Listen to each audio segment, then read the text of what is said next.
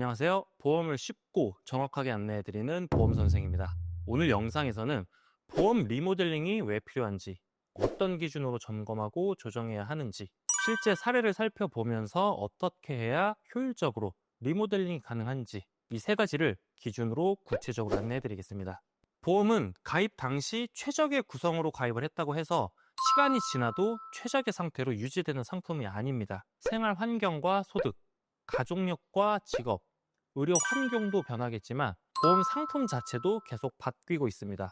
따라서 정기 점검과 조정이 곧 효율적인 보험을 유지하는 비결이라고 보셔도 될 것 같습니다.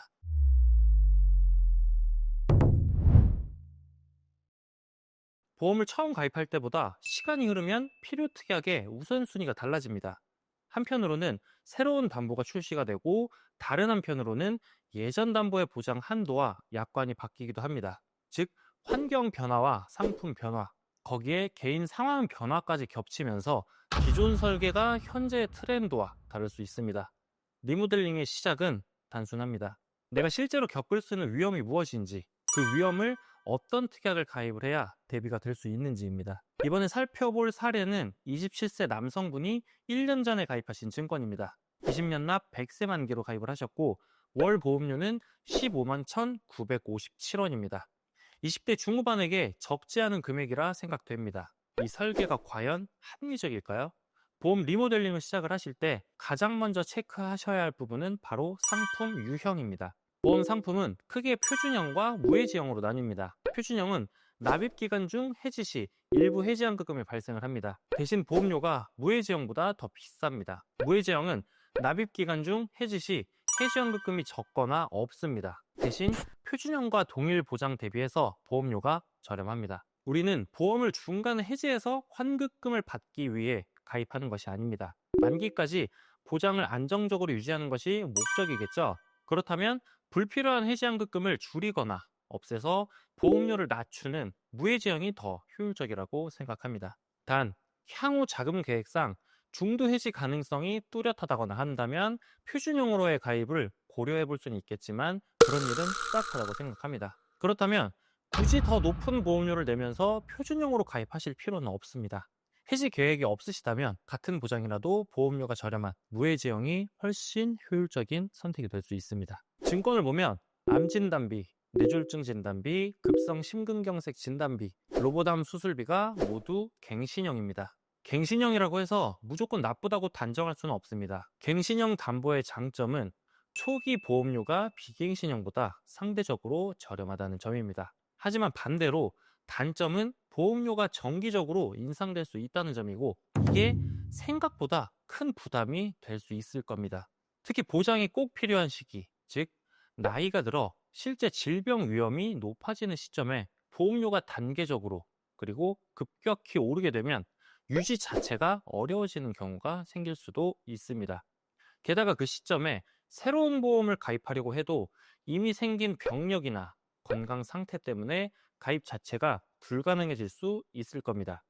그리고 갱신형의 또 다른 큰 단점은 보장을 유지하려면 보험료를 계속 납부해야 한다는 점입니다. 즉, 보험료를 계속 납부하지 않으면 보장을 받을 수 없다는 얘기입니다. 실제 갱신형 특약의 보험료 갱신 예시표 기준을 보면 암 진단비는 약 544% 인상이 되고 뇌졸중 진단비는 약 533%가 인상됩니다. 급성 심근경색 진단비는 약 434%가 인상이 됩니다. 보시다시피 정말 보험이 필요한 시점이 되었을 때 보험료 부담이 너무 커져서 해지를 고민하시는 경우가 생기실 겁니다. 하지만 해지하려고 해도 이미 병력이 있다면 새로 가입하기도 어렵겠죠. 그래서 저는 특별한 상황인 경우, 예를 들면 고령이신 분들이나 혹은 아이가 성인이 될 때까지만 필요한 보장 목적이라면 갱신형도 나쁘지 않다고 말씀드릴 수 있습니다만 그 외 대부분의 경우에는 비갱신형 상품으로 준비하시는 걸 더 권해드리고 있습니다. 리모델링의 목적은 두 가지입니다. 공백의 최소화와 중복의 최소화입니다. 같은 보험료를 납고 하더라도 보장 범위를 더 넓게 가입하시는 게 좋습니다. 가입 내역을 보시면 상해 후유장의 80% 이상과 질병 후유장의 80% 이상이 가입되어 있습니다. 그런데 후유장에는 3에서 100%짜리를 보장을 해주는 가장 넓은 범위의 특약이 있습니다. 이 3에서 100%짜리를 보장을 해주는 특약으로 가입을 하셨다면 80% 이상일 때 보장해주는 후유장애 특약을 가입하실 필요는 없습니다. 그리고 현재 암 수술비와 로보암 수술비 특약이 가입되어 있는데요. 이 자료를 보면 암 진단 후 실제 수술까지 가는 비율이 낮습니다. 그리고 질병 수술비나 질병 1에서 5종 수술비에 암 관련 수술이 포함되어 있기 때문에 별도로 중복 가입하는 걸 추천드리지 않습니다. 암 수술비 500만 원 보장에 월 보험료가 9,355원인데요. 이 보험료를 일반암 진단비나 유사암 진단비 또는 암 주요 치료비로 전환하는 쪽이 아무래도 효율적인 측면에서는 더 낫다고 생각합니다. 현재 가입 내역에서 가장 먼저 눈에 띄는 것은 바로 땡땡대 질병 수술비 특약입니다. 흔히 N대 수술비라고 부르는데요. 이 특약의 가장 큰 단점은 암 수술이나 용종 제거 수술처럼 실제로 청구가 잦은 수술들이 보장 대상에서 제외된다는 점인데요. 보장 범위 역시 앞에 명시된 숫자 개수의 질병 코드만 한정해서 보장을 해주고 있기 때문에 아무래도 보장 범위가 한정적일 수 있습니다.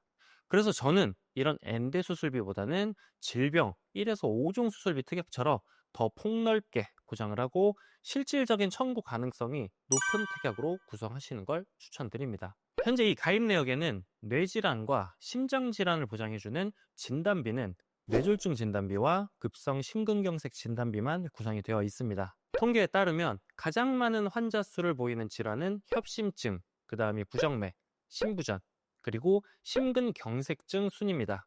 그런데 만약 급성 심근경색증 진단비만 구성되어 있다면 환자 수가 가장 많은 협심증은 전혀 보장이 되지 않습니다. 이 고객님 같은 경우에도 현재 가입된 특약으로는 협심증이나 부정맥 같은 상대적으로 발생 가능성이 높은 심장 질환은 보장 대상에 포함되지 않습니다.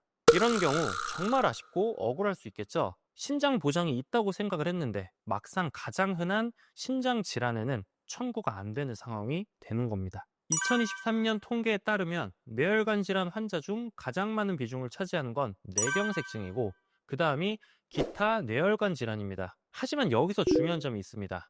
뇌졸중 진단비 특약은 일반적으로 I60, 61, 62, 63, 65, 66 코드까지만 보장을 해줍니다.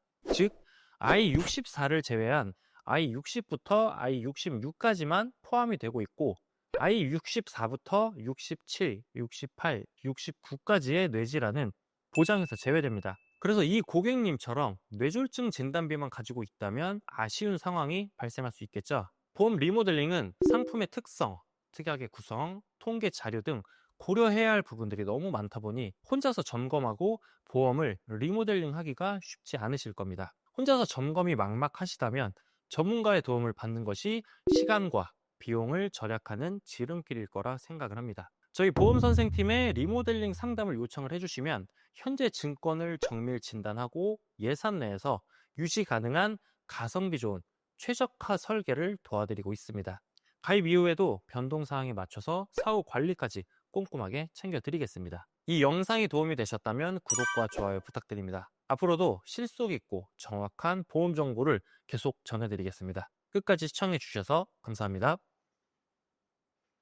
본 광고는 손해보험 광고심의 기준을 준수하였으며 유효기간은 심의일로부터 1년입니다.